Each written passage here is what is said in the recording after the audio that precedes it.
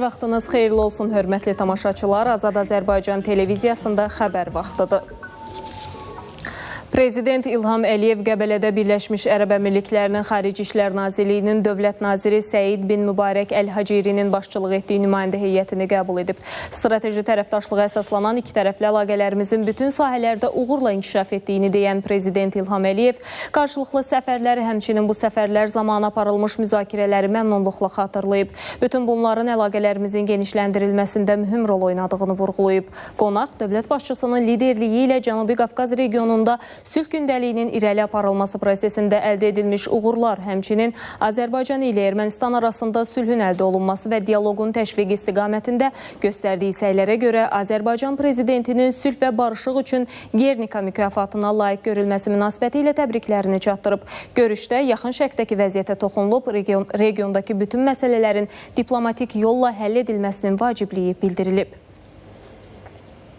Azərbaycanın iqtisadi inkişafına verdikləri töhfəyə və sahibkarlıq sahəsində səmərəli fəaliyyətlərinə görə bir qrup şəxs tərəqqi medalı ilə təltif edilib. Prezident İlham Əliyev bu barədə sərəncam imzalayıb.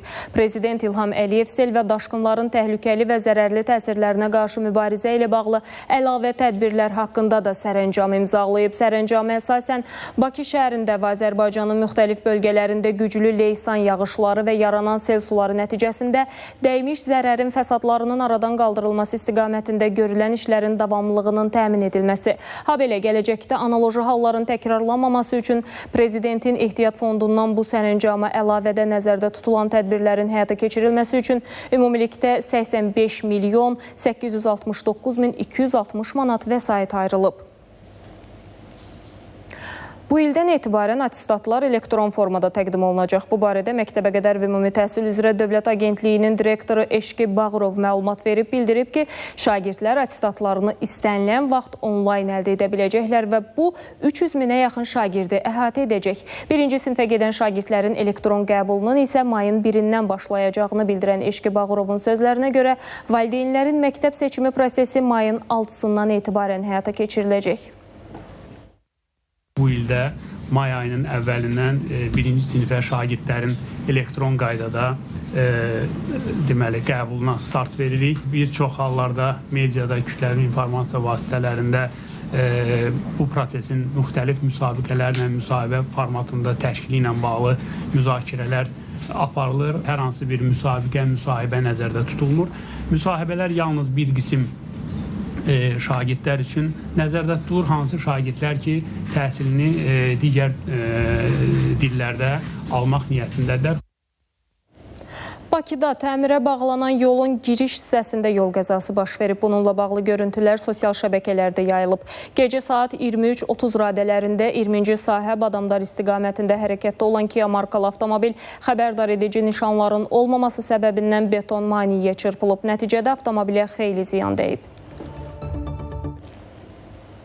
Sosial şəbəkələrdə və müxtəlif onlayn platformalarda tez-tez brend məhsullar çox ucuz qiymətə satılır kimi cəlb edici reklamlara rast gəlinir. Daxili İşlər Nazirliyi vətəndaşlara xəbərdarlıq edir ki, bu cür reklamlar əksər hallarda məşhur brendlərin adından istifadə etməklə etibar qazanmağa yönəlir. Məhsullar real bazar qiymətindən xeyli aşağı təqdim olunur. Son fürsət, məhdud sayda kimi ifadələrlə insanlarda tələskənlik hissi yaradılır və düşünülməmiş qərar verməyə sövq olunur. Bu tip halların əsas məqsədi isə vətəndaşların şəxsi məlumatlarını, xüsusilə bank kartı məlumatlarını ələ keçirməkdir. Belə risklərdən qorunmaq üçün bir neçə vacib qaydaya əməl etmək lazımdır. İlk növbədə şübhəli linklərə daxil olmayın. Saytın ünvanını və etibarlılığını diqqətlə yoxlayın. Alışverişi yalnız etibarlı, həmçinin tanınmış platformalarda edin. Emosional təzyiq yaradan reklamlara aldanmayın. Belə hallarla qarşılaşdıqda həmin reklamlara reaksiya verməmək vacibdir. Hökməli qəsəbəsinin sakinləri yol problemindən əziyyət çəkir. Söhbət 20 yanvar küçəsindən gedir. Yolda təmir bərpa işlərinin görülməsinə ehtiyac var. Bəs aidiyyatı qurumların cavabı nə olacaq? İzləyək. 1 manat, 2 manat pul qazanırıq, onu da aparıb perdoka veririk, ustaya veririk. Yəni çox bərbad gündədir də, yəni bildiyiniz bərbad gündədir. Bu, Hökməli qəsəbəsi 20 yanvar küçəsinin gündəlik mənzərəsidir. Yollar bərbad olduğundan sürücülər min bir əziyyət çəkirlər. Sözü gedən küçənin sakinləri yolun təmir olunmasını istəyirlər. Bütün cəhdlərə hamısına asfalt vurulub, bir dənə Hökməliyə yox. Bu nədir bəyəm bu? Nə deməkdir? Hökməli bir kənddir də, Bakının kəndidir də. Bu Abşerona aiddir də bu kənd. Qədimi kənddir. Ən qədimi kəndlərdən biri də Hökməli kəndidir. Burada maşın dağılır. Bunun da altını yığdırdığım 10 gün deyil. 2 dənə maşının altını yığdırmışam, onu da bura salmıram mən bu yola. Yəni bahalı maşındır, onu mən bura salıb dappadıb, belə yol olar. Yolumuz qardaş bərbad gündədir. Dəfələrlə müraciət olunur. Yola baxan yoxdur, bu vəziyyətdədir. Yağış yağanda palçıq olur, zığ olur. Biz bu yolda gedib gələ bilmirik. Yollar çox bərbad vəziyyətdədir. Maşın damazatır xarab olur, təkər buraxır. Bu yolu gedib gəlmək çox çətin məsələdir. Məsələ ilə bağlı Hükməli Bələdiyyəsindən deyildi ki, küçənin onların payına düşən hissəsi nəzərdən keçiriləcək. Bu yaxın günlərdə biz aidiyyatı olan hissəsi bizim tərəfimizdən yana saxlamaşı görüləcək. Hardasa bir 700 metrə məsafə bizim əraziyə düşür.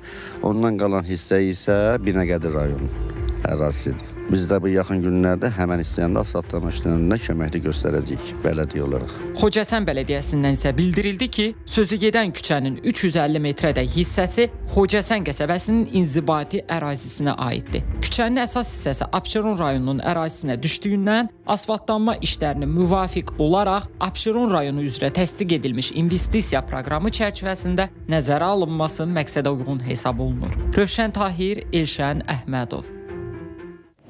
Buraxılışımızı dünya gündəmi ilə davam etdiririk. Seçkidə rüşvət verənlər də, alanlar da Ermənistanın hüquq mühafizə orqanları tərəfindən həbs olunacaq. Ermənistan parlamentinin sədri Alen Simonyan bu barədə xəbərdarlıqla çıxış edib. O bildirib ki, seçkidə rüşvət formasından televizor, kabab, yerli xarici valyuta və sairdən asılı olmayaraq iştirak edənlər məsuliyyətə cəlb olunurlar. Hüquq mühafizə orqanları çox sərt hərəkət edəcək. Açıq, gizli və ya hansısa vasitə ilə danışmağınızdan, yazmağınızdan asılı olmayaraq bu proses bizə məlum olacaq. Simonyan xaricdə rüşvət alanlar haqqında da danışıb, onların da məsuliyyətdən sığortalanmadığını vurğulayıb. Onun sözlərinə görə Ermənistana çatanda həmin şəxsləri nəzarət buraxılış məntəqəsində söhbətə dəvət edəcəklər. Ona görə də sizdən Ermənistanda seçkilərə qanunsuz müdaxilə cəhdlərindən çəkinməyinizi xahiş edirəm deyə Ermənistan parlamentinin sədri qeyd edib. Hörmüz boğazı İran üçün çəkindirici vasitə və danışıqlarda rıçaq rolunu oynayır. Buradakı vəziyyət qarşı tərəflərin təhlükəsizlik və iqtisadi baxışlarına birbaşa təsir edir.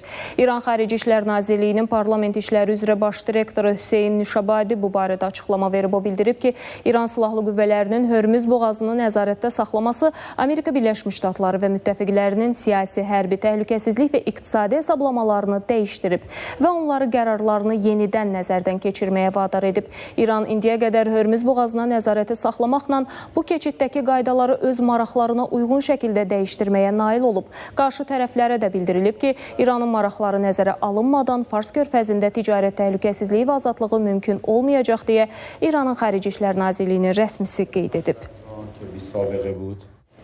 Bu gecə Rusiyanın Krasnodar diyarı növbəti dəfə pilotsuz uçuş aparatlarının kütləvi hücumuna məruz qalıb. Əsas hədəflər Tuapse neft emalı zavodu və dəniz terminalı olub.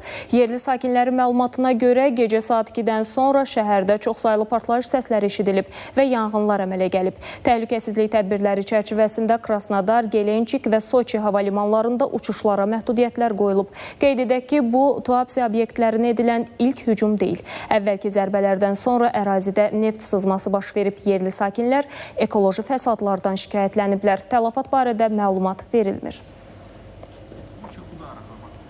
Cənubi Sudanın paytaxtı Cuba yaxınlığında kiçik təyyarənin qəzaya uğraması nəticəsində 14 nəfər həlak olub. Ölkənin Mülki Aviasiya İdarəsinin məlumatına görə Cessna 208 karavan tipli təyyarə Yay şəhərindən Cuba beynəlxalq hava limanına daxili reys həyata keçirirmiş. Yerli vaxtla saat 09:15-də havaya qalxan təyyarə ilə təxminən 30 dəqiqə sonra əlaqə kəsilib. Ölənlərdən biri pilot, qalanı isə sərnişinlərdir. Onlardan ikisi Kenya, digərləri Cənubi Sudan vətəndaşlarıdır. İlkin ehtimallara görə qəzanın baş verməsinə səbəb əlverişsiz hava şəraiti və zəif görünüş olub. Faktla bağlı araşdırma aparılır.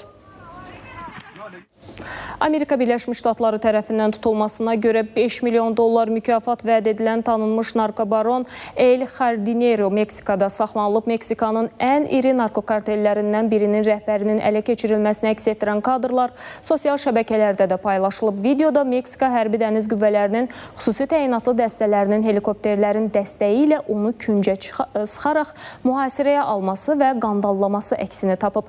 Əsl adı Audias Flores Silva olan El Jardinero barəsində Meksikada qüvvədə olan həbs qərarı mövcuddur və o, Birləşmiş Ştatlar hakimiyyəti tərəfindən ekstradisiya məqsədi ilə axtarışa verilib. Qeyd edək ki, bu həbs qruplaşmanın fəaliyyətinə ağır zərbə kimi qiymətləndirilir. Narkobaronun saxlanılmasından sonra onun tərəfdarları müxtəlif ərazilərdə çoxsaylı yanğınlar törədiblər. Azərbaycanın qədim mədəniyyət ocaqlarından biri olan Ordubad yeni ekran əsəri ilə diqqət mərkəzinə gəlir. Cənnətin İqamətgahı adlı sənədli etnoqrafik musiqili filmin istehsalına start verilib. Layihə təkcə tarixi göstərmək yox, onu hiss etdirmək və eşitdirmək məqsədi daşıyır.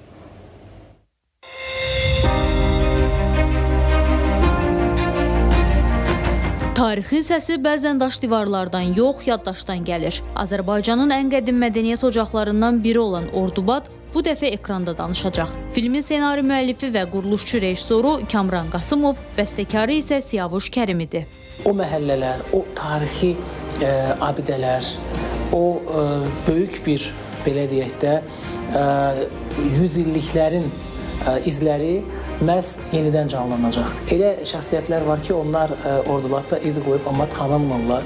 Bax, biz onları da bu filmdə göstəririk. Musiqilər ancaq yerində ifa olunacaq. Heç bir, belə deyək, kənar musiqi yoxdur. Ekranda səslənəcək Mingiz, Ambaraz, Şarşər kimi yerli bayatılar isə keçmişlə bugün arasında görünməyən, amma hiss olunan bir körpü qurur. Filmdə əmək olan hər kəs çalışır ki, tamaşaçı baxanda sanki o küçələrdə gəzdiyini hiss etsin. Seçilən musiqilər də təsadüfi deyil. Hər bir bayatı bu məkanın yaddaşıdır. Çəkilişlərin şəhərin müxtəlif autentik məkanlarında, o cümlədən tarixi Cami məscidində aparılması planlaşdırılır. Milli musiqi elementləri, o cümlədən milli alət mütləq, məsələn, biz hələlik nəzərdə tutmuşuq, ud alətini nəzərdə tutmuşuq. Amma bununla da bərabər həmdir ki, müasirlik, bugünkü abu-hava orada yəqin ki, öz səslənməsini tapacaq. Beləliklə, Cənnətin İqamətgahı yalnız sənədli film deyil, həm də Ordubadın keçmişi ilə bugününü birləşdirən, milli yaddaşı yaşadan və onu gələcək nəsillərə çatdıran mühüm mədəni layihə kimi də dəyərləndirilir. Ekran işinin müddəti təxminən 45 dəqiqə olacaq və yay aylarında tamamlanması gözlənilir. Layihə Mədəniyyət Nazirliyinin təşkilatçılığı, İSESCO-nun tərəfdaşlığı və Real Təhlil İnformasiya Mərkəzinin dəstəyi ilə həyata keçirilir. Ağcəl Əsgərli, Rahil Bəhluzadə, ATV Xəbər. Və sonda, ənənəvi olaraq hər ilin aprelində Mingəçevirdə təşkil olunan avar çəkmə və kanoe üzrə Prezident Kuboku beynəlxalq reqatasının iştirakçı komandalarının rəsmi paradı olub.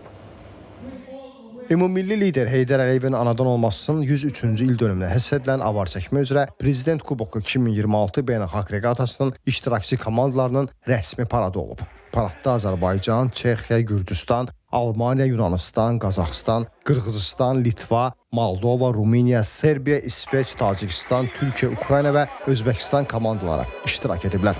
Kanoe və avar çəkmə üzrə beynəlxalq reqatanın iştirakçılarını Mingəçevir bu dəfə fərqli hava ilə qarşılayıb. Hava soyuq olsa da, abu-hava həmişəki kimi möhtəşəm və pozitivdir. Şəhər sakinləri yarışın təntənəli açılış mərasimini və paradı izləməyə böyük həvəs və maraqla gəlib.